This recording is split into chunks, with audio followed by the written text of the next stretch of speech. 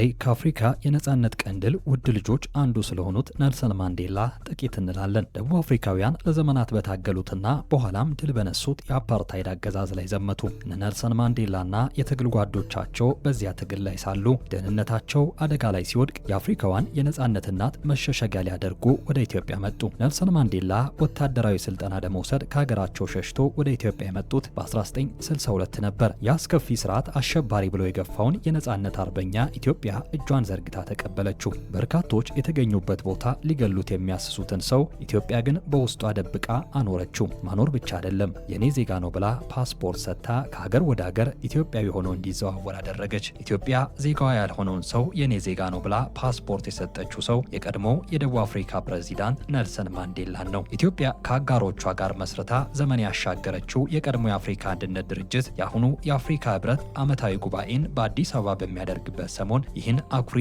ለነጻነት ከተደረጉ ትግሎች አንዱ የሆነውን ትግል እናስታውሳለን። ከኢትዮጵያ ጋር ምን እንዳስተሳሰረውም ወደ ኋላ ተመልሰን እንመለከታለን። አብራችሁን እንድትቆዩ ከወዲሁ እንጋብዛለን። ታሪኩ ከ60 ዓመት በላይ አስቆጥሯል። ሁሉም ሀገር ስለ ማንዴላ የራሱ ትዝታ አለው። ኢትዮጵያውያንም ስለ ኔልሰን ማንዴላ የራሳቸው ታሪክና ትዝታ አላቸው። ማንዴላ የዛሬ 63 ዓመት ወደ ኢትዮጵያ ሲመጡ ስለነበረው ጉዳይ በማውጋት እንጀምራለን። የኢትዮጵያ የውጭ ጉዳይ ሚኒስትር የነበሩት አቶ ከተማ ይፈሩ በ1962 ዓ.ም አራተኛው የፓን አፍሪካ ስብሰባ በኢትዮጵያ እንዲደረግ ጃንሆይን ፈቃድ ጠየቁ። ጃንሆይ በጉዳዩ ተስማሙና በፌብሩዋሪ 1962 ዓ.ም የአፍሪካ ታዋቂ የነጻነት ታጋዮች ወደ ኢትዮጵያ መጡ። ከነዚህ መካከል ኦሊቨር ታምቦ፣ ሮበርት ሙጋቤ፣ ኬኔት ካውንዳና ኔልሰን ማንዴላ ይገኙበታል። በኋላም ላይ እነዚህ ወጣት ታጋዮች የየሀገራቸው ፕሬዚዳንት ሆነዋል። ይህ ጉዞ በተለይ ለኔልሰን ማንዴላ በህይወታቸው ውስጥ ልዩ ስፍራ የሚሰጡት ነው። ኔልሰን ማንዴላ እንደጻፉት ስለ ቾኮቬራ፣ ማኦና ፊደል ካስትሮ ስራዎች አነበብኩ። ለህዝባቸው ነጻነት ያደረጉትን ትግል ተመለከትኩ። ከዚህ ሁሉ በላይ ግን ኢትዮጵያውያን የደፈጣ ተዋጊዎች ሙሶሎኒ ያስታጠቃቸውን የጣሊያን ወታደሮች ድል ያደረጉበትን ታሪክ ለማወቅ በጣም ጓጓው። በመሃል ደግሞ ድርጅታችን ከሰላማዊ ትግል ጋር የትጥቅ ትግል ማድረጉ ስለታመነበት እኔ ይህን ጉዳይ እንዲመራ ትእዛዝ ተሰጠኝ። ይህ የህቡ ጦርም ሙኮንቶ ተብሎ እንዲጠራ ተወሰነ። ሙኮንቶ ማለት የጦር ጫፍ ማለት ሲሆን አፍሪካውያን ለነጻነታቸው ሲዋጉ የቆዩት በጦር ስለሆነ ነው። ኔልሰን ማንዴላ ይቀጥላሉ። ሙሶሎኒ የጣሊያን ወታደሮች ወደ ኢትዮጵያ ገብቶ ጦርነት ሲያደርግ የ17 ዓመት ልጅ ነበሩ። ድርጊቱ ፋሽስቶችን እስከ መጨረሻው እንድጠላቸው ነበር ያደረገኝ። ምንም እንኳን ንጉሥ ኃይለ ሥላሴ በጦርነቱ ምክንያት ሀገር ለቆ ቢሄዱም ህዝቡ በአርበኝነት የተዋጋ አገሪቱ በ1941 እንደገና ነጻነቷን አስመለሰች። ኢትዮጵያ በእኔ ውስጥ ሁልጊዜ ልዩ ስፍራ አላት። የአፍሪካዊነት የዘር ሐረግ ግንድ የተተከለባት ሀገር ትመስለኛለች። ከአክራ ወደ አዲስ አበባ ጉዞ ባደረግንበት ወቅት ስሜታዊ ያደረገኝ ጉዳይ ተፈጠረ። ከአክራ ወደ ካርቱም መተን ከካርቱም ወደ አዲስ አበባ ለመሄድ ወደ ኢትዮጵያ አየር መንገድ አይሮፕላን ገባን። ወደ ኢትዮጵያ አየር መንገድ ስንገባ ፓይሌቱ ጥቁር መሆኑን አይቼ ደነገጥኩ። በህይወቴ ሙሉ ጥቁር ሰው አይሮፕላን ሲነዳ አይቼ ስለማላውቅም ተሸበረው። ጥቁር ሰው እንዴት አይሮፕላን ሊነዳ ይችላል እያልኩ ደጋግሜ ራሴን ጠየቁ። በኋላ ግን ሲገባኝ የደቡብ አፍሪካ አፓርታይድ ስርዓት አስተሳሰባችንን ጭምር ቀይሮታል። ሳናቀው አፍሪካ ዝቅ ያለና አውሮፕላን ማብረር የሚችለው ነጭ ብቻ ነው የሚል ስሜት እንዲያድርብን ሆኗል። ለካ አውሮፕላኑ በሰማይ ላይ ማንዣበብ ሲጀምር ጭንቀቴን ትቼ ስለ ኢትዮጵያ መልክዓ ምድር ማንበብ ጀመርኩ። በመንገዳችን ላይ የማስብ የነበረው ኢትዮጵያውያኑ በእነዚህ ተራሮችና ጫካዎች ውስጥ ተደብቆ እንዴት ከጣሊያን ጋር የደፈጣ ውጊያ ያደርጉ እንደነበር ነው። ጥቂት አስፋልት መንገድ ያላት አዲስ አበባ ከመኪኖች ይልቅ በግና ፍየል በየመንገዱ ሞልቶ ይታያሉ። ቤተ መንግስቱ፣ እኛ ያረፍንበት ራስ ሆቴል እንዲሁም ሌሎች ህንፃዎች ከጆሃንስበርግ የህንፃ ጥበብ ጋር ሲታይ ብዙም አይማርክም። በዲሞክራሲም ቢሆን ኢትዮጵያ በምሳሌ ተርታ የምትሰለፍ ሀገር አይደለችም። ሌሎች ተቃዋሚ ፓርቲዎች የሉም። በንጉስ ብቻ የምትመራ ሀገር ናት። ከአፍሪካ ኮንግረስ መክፈቻ በፊት ወደ ትንሿ ከተማ ደብረ ዘይት ሄደን ነበር። በከተማዋ አንድ አደባባይ አለ። እዚህ አደባባይ ላይ ከነበረው ድንጋይ ላይ እኔና ኦሊቨር ቁጭ ብለናል። ድንገት ግን ከርቀት የሙዚቃ ድምጽ ሰማን። ወደኛ ሲቀርብ የጥሩምባና የድራም ድምጽ እንዳለበት አወቅ። በኋላም ላይ እንዳየሁት ለካስ ወታደራዊ የሙዚቃ ባንድ ኖሯል። ከሙዚቃው ባንድ ቀጥሎ የብዙ ሰዎች እግር መሬቱን እየደቃ ሲመጣ ሰማው። በመቶዎች የሚቆጠሩ ጥቁር ወታደሮች ናቸው። ከፊት የሚመራቸው መኮንን የሚያብረቀርቅ ሴፍ ይዟል። ወታደሮቹ የተወለወለ ጠመንጃቸውን እንደያዙ በልዩ ስሜት ይራመዳሉ። ፊት መሪያቸው ድንገት በአማርኛ አንድ ነገር ሲነግራቸው ሁሉም እኩል አንድ ድምጽ አሰምቶ ፊታቸውን ወደ ንጉሥ ኃይለ ሥላሴ አዙሮ ሰላምታ በመስጠት አለፉ። በሕይወቴ ለመጀመሪያ ጊዜ በጥቁር ሰው የሚመሩ ጥቁር ወታደሮችን ተመለከትኩ። የተሰበሰቡት ሰዎች የኢትዮጵያ ከፍተኛ ባለስልጣናት ናቸው። ሁሉም ጥቁሮች ናቸው። ራስ የሚያዞር ስሜት ውስጥ የገባው አንድ ቀን ሀገሬ ውስጥ እንዲህ አይነት ነጻነት እንደምመለከት ተስፋ ከማድረግ ሌላ የምለው ነገር የለም። የኔልሰን ማንዴላ ወደ ኢትዮጵያ ጉዞ ያሰናዱት የኢትዮጵያ ውጭ ጉዳይ ሚኒስትር አቶ ከተማ ይፈሩ ነበሩ። በወቅቱ በአፓርታይድ የዘረኝነት ቀንበር ስር የነበረችው ደቡብ አፍሪካ ጥቁር ዜጎቿ ያለ ፈቃድ ሀገሪቱን ለቆ እንዳይወጡ የሚያዝ ሕግ አውጥታ ነበር። ይህ ሕግ ለኔልሰን ማንዴላ ጉዞ አስቸጋሪ ሁኔታን ፈጠረ። በመሆኑም አቶ ከተማ ይፈሩ ለኔልሰን ማንዴላ የኢትዮጵያ ዲፕሎማት መሆናቸውን የሚገልጽ ፓስፖርት ካዘጋጁላቸው በኋላ ነበር በፌብሩዋሪ 1962 ዓ.ም ወደ ኢትዮጵያ የመጡት። ማንዴላ ወደ ኢትዮጵያ በመጡበት ወቅት ወታደራዊ ስልጠና ለማድረግ ነበር ወደ ኢትዮጵያ የመጡት። በወቅቱ ለኔልሰን ማንዴላ የተዘጋጀው ፓስፖርት ላይ ማንዴላ እንደ ጋዜጠኛ ሆኖ ስማቸው ዴቪድ ሞስማይ ተብሎ ነበር የተጻፈው። ስሙን የተጠቀሙት ደቡብ አፍሪካ እያሉ አብሯቸው ከነበሩ ጓደኛቸው ነበር። ወደ ኢትዮጵያ ስለነበረው ጉዞ እናውጋ። ኔልሰን ማንዴላ ሎንግ ዎክ ቱ ፍሪደም በሚል መጽሐፋቸው የኢትዮጵያ ጠቅላይ ሚኒስትር አየር መንገድ ድረስ መጥቶ እንዴት እንደተቀበሏቸው ገልጸዋል። እንዲህ በማለት ይቀጥላሉ ኔልሰን ማንዴላ። ለንደን የነበሩትን ጓደኞቼን በወዳጅነት ስሜት ተሰናብቼ ወደ አዲስ አበባ ኢትዮጵያ ተጓዝኩ። እስካሁን ባለው ሕይወቴ ለማላውቀው ወታደራዊ ስልጠና ነው የሚሄደው። የ6 ወር ወታደራዊ ስልጠና ለማድረግ በያዝኩት ፕሮግራም መሰረት ነው ወደ ኢትዮጵያ የምጓዘው። አዲስ አበባ ስደርስ መጀመሪያ ተቀብሎ ያነጋገሩኝ ውጭ ጉዳይ ሚኒስትር ከተማ ይፈሩ ነበሩ።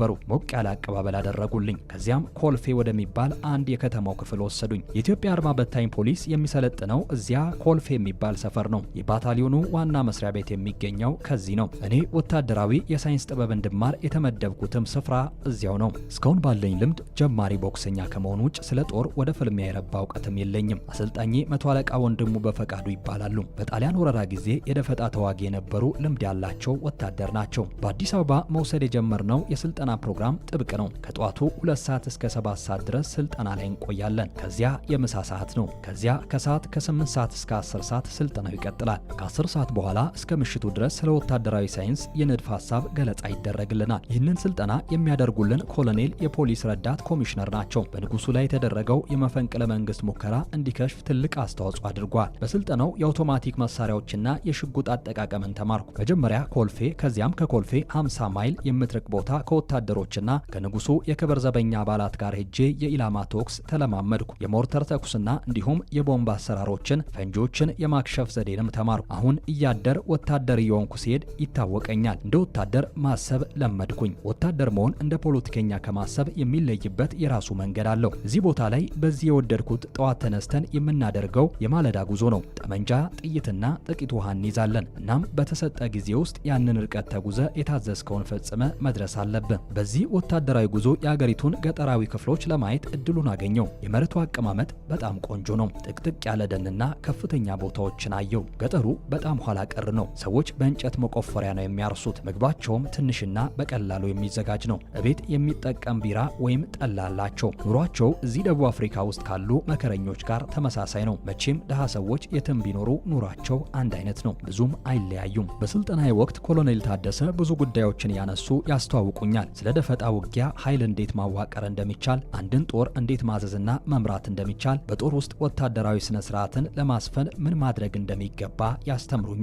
አንድ ምሽት ራት ላይ ለደቡብ አፍሪካ ትግል ምን አይነት ጦር እንደሚያስፈልገንና የሰራዊቱ ባህሪ ምን መሆን እንዳለበት አጫወቱኝ። ይኸውልህ ማንዴላ፣ አንተ የምትመሰርተው ነፃ አውጪ ኃይል እንጂ መደበኛ ጦር አይደለም። የእናንተ ጦር ሰዎች የምትቀርጽበት ስልት ከመደበኛው ጦር አሰራር የተለየ ነው። አንተ መመስረት ያለብህ ነፃ አውጪ ጦር ነው። በትግል ላይ ስትገባም የምትመራቸው ተከታዮች ፍጹም እርግጠኝነት እንዲሰማቸውና ሁሉም ሐሳብህን እንዲከታተሉ ማድረግ መቻል አለብህ። ይህ በመደበኛው ጦርም ውስጥ ያለ ነው። ከስራ በኋላ በረፍት ሰዓት ማድረግ የሚገባ ግን ከመደበኛው ደንብ ውጭ ይለያል። አንተና የመጨረሻው ተራ ተዋጊ እኩል መሆናችሁን የሚያሳይ አቀራረብ ሊኖር ይገባል። የሚበሉትን ትበላለህ፣ የሚጠጡትን ትጠጣለህ። ምግብህን ወደ ግል ክፍል መውሰድ የለብህም። ራስህን ገለል አታድርግ። እዚያው አብራቸው ሁን አሉኝ። የኮሎኔል ሐሳብ ተረድቻለሁ። ሐሳባቸው የሚደነቁና መልእክት ያዘሉ ናቸው። እንደነዚህ ያሉ ቁም ነገሮችን በየፕሮግራሙ መሃል ይነግሩኝ ነበር። ወደ አዲስ አበባ የመጣሁት ለ6 ወር ስልጠና ነው። 8 ሳምንት እንደሆነኝ ግን ከድርጅቴ የአፍሪካ ኮንግረስ አንድ የቴሌግራም መልእክት ደረሰኝ። በአስቸኳይ ወደ ደቡብ አፍሪካ እንድመጣ የሚጠይቅ ነው። የዚያን ጊዜ የነጻነት ትግሉ መፋፋም ጀምሯል። እናም የግንባሩ አዛዥ እዚያው ቦታ ላይ መገኘት ስላለበት ነው የጠሩኝ። ኮሎኔል ታደሰ በኢትዮጵያ አየር መንገድ ወደ ካርቱም የሚሄድበትን መንገድ ቶሎ አዘጋጁልኝ። ስንሰነባበት አንድ ሽጉጥና 200 ጥይት ስጦታ አበረከቱልኝ። ስለ ስልጠናውም ሆነ ስለሰጡኝ ትምህርት ትልቅ አክብሮት እንዳለኝ ገለጽኩና ጉዞዬን ጀመርኩ። መሳሪያ ተሸክሞ ረዥም መንገድ መጓዝን ብለማመድም የተሰጠኝ መሳሪያ ከባድ ነው። 200 ጥይት ጀርባ ላይ መታጠቅ ሕፃን ልጅ በጀርባ እንደማዘል ነው የሆነብኝ። ኔልሰን ማንዴላ ደቡብ አፍሪካ ከገቡ በኋላ ሽጉጡንና ጥይታቸውን ለአንድ ለሚያምኑት የኤኤንሲ አባል አሳዩት። የት እንደደበቁት ግን ማንም አያውቀውም። የሽጉጡን መጨረሻ በስተኋላ ላይ እመለስበታለሁ። ኦገስት 5 ቀን 1962 ላይ ኔልሰን ማንዴላ ወደ ደቡብ አፍሪካ ከገቡ ጥቂት ሳምንታት በኋላ ጥብቅ ፍተሻ ተደረገላቸው። ከጦር መሳሪያው በስተቀር የኢትዮጵያ ዲፕሎማት መሆናቸውን የሚገልጽና የአቶ ከተማ ይፈሩ ፊርማ ያለበት ፓስፖርት ተገኘባቸው። በኢትዮጵያ መቆየታቸውን የሚገልጽ የጃንሆይ ማስታወሻና የኢትዮጵያ ውጭ ጉዳይ ሚኒስትር አቶ ከተማ ይፈሩ አነስተኛ ፎቶ ነበር። እነዚህና ሌሎች መረጃዎች በሪቮኒያ ፍርድ ቤት ቀርቦ በኔልሰን ማንዴላ ላይ የዕድሜ ልክ እስራት ተፈረደባቸው። በዚሁ ዓመት በ1963 ሮቢን ደሴት ላይ ወደሚገኘው ወህኒ ተወረወሩ። ከብዙ ጠውረድና የ27 ዓመታት ትግል በኋላ ማንዴላ ከእስር ተፈቱ። እናም ከእስር በኋላ መጀመሪያ ከጎበኟቸው አገሮች አንዱ ኢትዮጵያ ነበረች። በፓስፖርታቸው ላይ ያሉት የመጀመሪያ ቪዛዎች የሚያሳዩት ይህንኑ ነው። መጀመሪያ ከጎበኟቸው አገሮች መካከል ኢትዮጵያ አንዷ ሆነች። በኋላ ላይም በመጽሐፋቸው ላይ ሲጽፉ ኢትዮጵያ በእኔ ውስጥ ልዩ ስፍራ አላት። በፈረንሳይ በእንግሊዝና በአሜሪካ ያደረግኳቸው ጉብኝቶች ቢደመሩ እንኳን በኢትዮጵያ ከነበረኝ ቆይታ አይበልጡም በማለት ለኢትዮጵያ ያላቸውን ልዩ ስሜት ገልጿል። ኔልሰን ማንዴላ ከእስር ቤት ከወጡ በኋላ ዳግም ወደ ኢትዮጵያ ተመለሱ። በወቅቱ እነ ጀነራል ታደሰ ብሩ በሕይወት አልነበሩም። ጊዜውም ተለውጧል። ቆየት ብሎ ኔልሰን ማንዴላ በሕይወት ካገኟቸው ሰዎች መካከል አቶ ከተማ ይፈሩ አንዱ ነበሩ። ከ60 ዓመት በፊት አብሮ የተነሱት ፎቶ ማንዴላን ለእስር እንዳላበቃቸው፣ አሁን ግን በነጻነት እንደገና ተገናኝቶ የመታሰቢያ ፎቶ ለመነሳት በቁ። አቶ ከተማ ይፈሩም ከጥቂት ዓመታት በፊት አልፈዋል። ከመሰናበታችን በፊት የሽጉጡን ነገር እንጨዋወት። ኔልሰን ማንዴላ ከኢትዮጵያዊው በወቅቱ ኮሎኔል ታደሰ ብሩ በኋላ ጀነራል የተቀበሉትን ሽጉጥ 200 ጥይትና የወታደር ዩኒፎርም ሊሊ ሴሊፍ በተባለ እሳቸው ከመታሰራቸው በፊት ይኖሩበት በነበረው ቦታ ቀብሮት ኖሯል። ማንዴላ ከተፈቱ በኋላ ይህንን ስፍራ ለመጎብኘት ሄዱ። ከዚያም ለብዙ ዓመታት በትግሉ ውስጥ የነበረውንና እዚያ ስፍራ የሚኖረውን ባልንጀራቸውን ሽጉጡ ሲሉ ጠየቁት። ሰውየው በማንዴላ ድንገተኛ ጥያቄ ተደናግጦ የምን ሽጉጥ አለ። አካባቢው የነበሩ ሰዎች በሙሉ በሁኔታው ግራ ተጋብቷል። ድሮ የምንጠቀምበት ኩሽና የታለ አለው። ባልንጀራቸው አሁን ህንፃ ወደ ተሰራበት የድሮ ኩሽና ወሰዳቸው።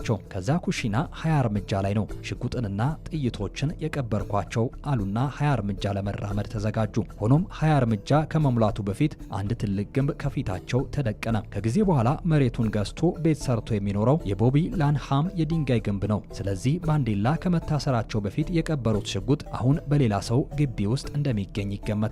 የቤቱ ባለቤት የሆነው ቦቢ ላንሃም ግቢው እንዲቆፈር ቢጠየቅ 265,000 የእንግሊዝ ፓውንድ ከከፈላችሁኝ ብቻ ነው የምፈቅድላቸው አላቸው። ገና ለገና መኖር አለመኖሩ ላልታወቀ ሽጉጥ ይህን ሁሉ አንከፍልም ብሎ ነገሩን ተውት። ሆኖም ኔልሰን ማንዴላ ከመሞታቸው 2 ዓመታት በፊት ሽጉጡ ተገኘ ብሎ ጠይቆ አለመገኘቱ ተነግሯቸው በወቅቱ አዝኖ እንደነበር ተገልጿል።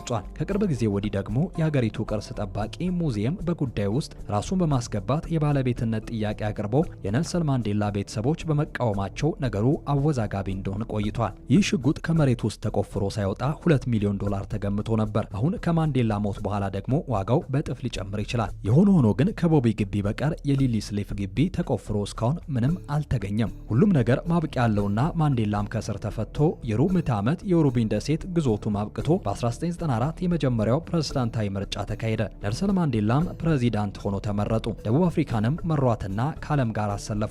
የተለያዩ ስፖርታዊ ሁነቶችን ዓለም ዋንጫን ጨምሮ እስከ ማሰናዳት የደረሰ ግዙፍ ኢኮኖሚ እንዲኖራት አስቻሉ። በይቅር ባይነትም የሚታወቁ ሆነው ይታወሳሉ። መንገዱ አድካሚ ቢሆንም ተስፋ አስቆራጭ ቢመስልም በትዕግስት ካሰቡት መድረስ ይቻላልና የአፍሪካ ህብረትን ዓመታዊ ጉባኤ አስታከን ያዘጋጀነው የኔልሰን ማንዴላና የኢትዮጵያ ትስስር ትውስታ በዚሁ ይጠናቀቃል። ይህን ዘገባ ለማዘጋጀት ዶቼ ቬሌን፣ ቢቢሲን፣ ኢትዮጵያ ዛሬንና ፍትህ ድረገጽን በዋቢነት ተጠቅመናል። ሰላም ለእናንተ ይሁን።